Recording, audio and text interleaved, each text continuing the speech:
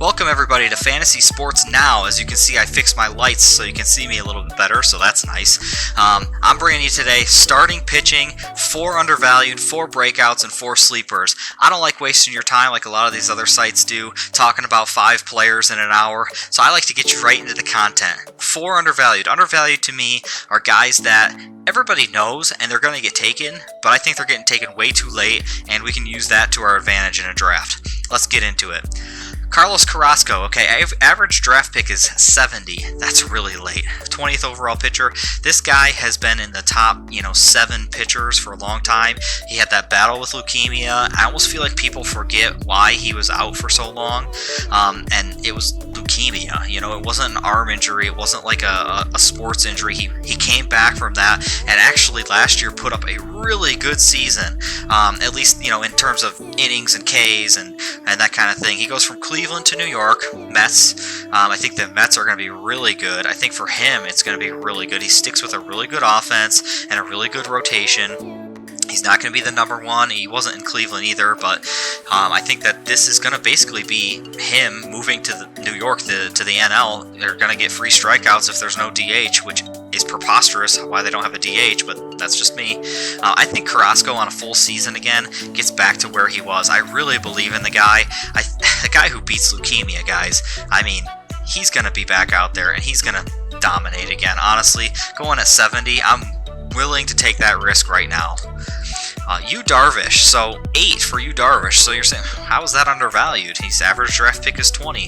I don't want us to forget that Yu Darvish has always been an ace. He's never gotten the credit that I feel like he's always deserved, and now he's going from a Cubs team, which apparently didn't want to win or wasn't trying to win, despite the fact that they've had good teams. Moves out to San Diego, great pitcher's park. He's gonna have a great offense, a team that's hungry to win.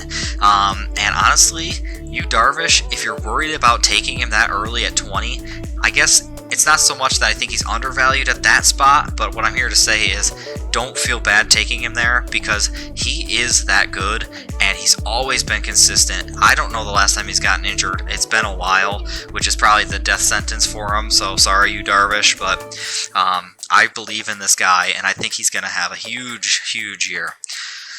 German Marquis, honestly, I get why people don't believe it. Average draft pick 166, guys. That's so late for what he's been doing. I remember 3 years ago he was striking out like 16 guys an inning, and obviously we knew that wouldn't maintain. But in 2019 he threw 200 innings again and had a good amount of strikeouts again. Last year wasn't a great year, but it was solid. I get it. He's in Colorado. Yes, they lost Arenado. The offense isn't as good, but he is actually a good pitcher. Have we ever stopped and consider that he's actually a good pitcher? Because he is, and to get taken at 166, that's like your 6th, 7th starting pitcher off the bench.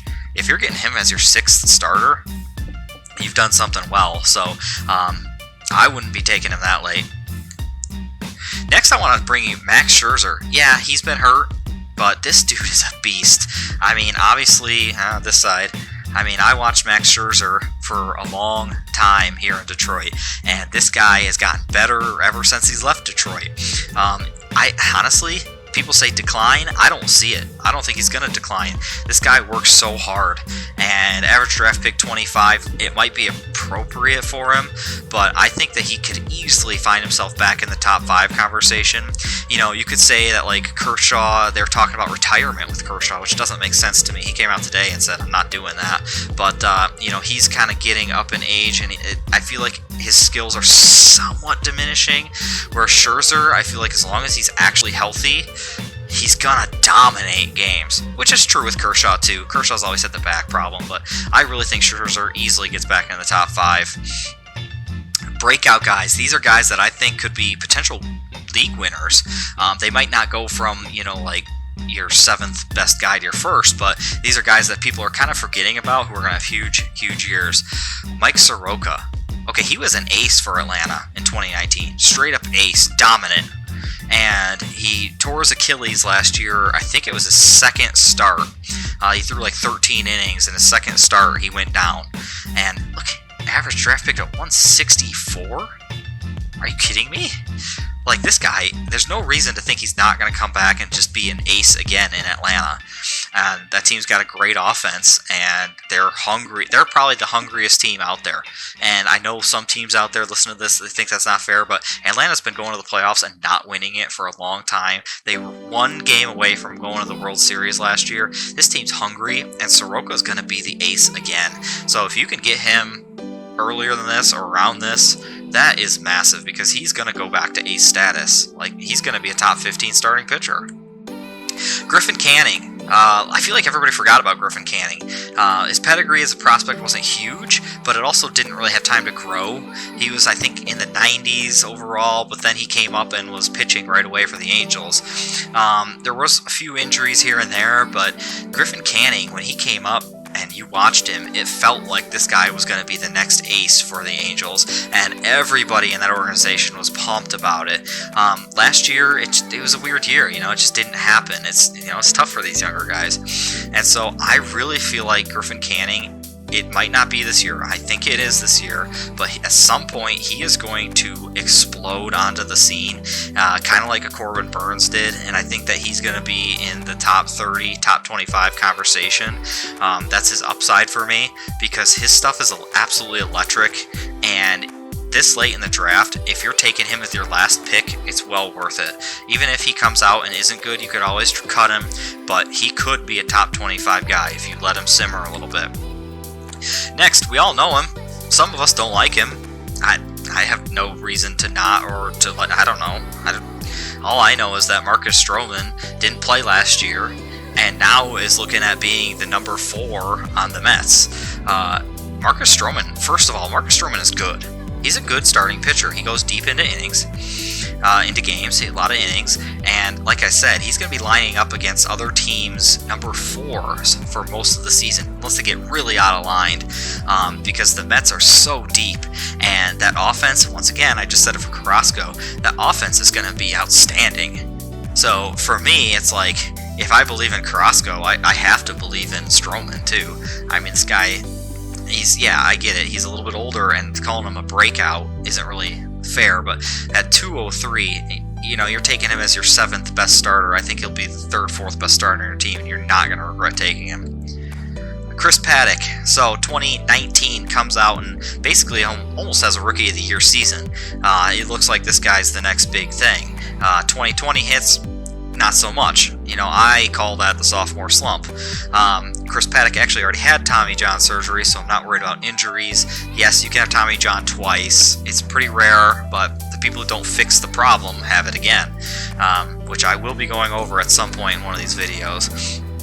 What to look out for with your pitching arms. But Chris Paddock, is similar situation to Marcus Stroman, except for Chris Paddock has a lot more upside.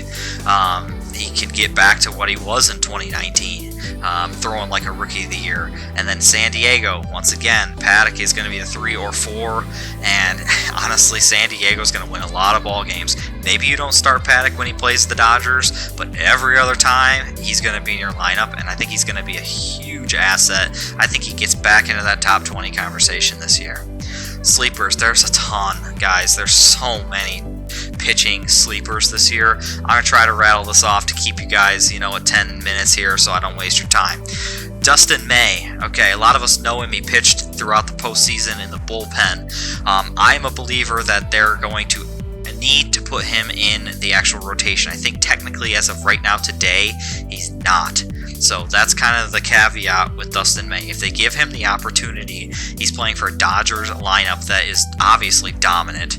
They have so much money into that team. They just won the World Series. And Dustin May, he's better than David Price on that team, honestly. He looks so good, and you could just tell he's going to be good. He's got all this crazy floppy hair. Can't you just imagine going to Dodgers games and all the fans got their crazy hair going?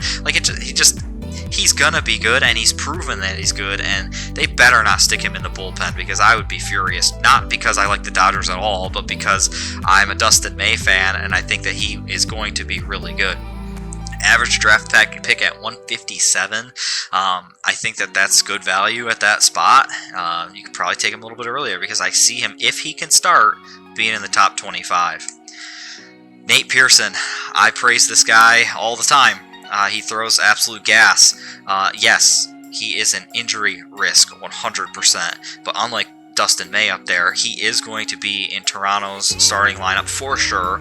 So ride him till he breaks.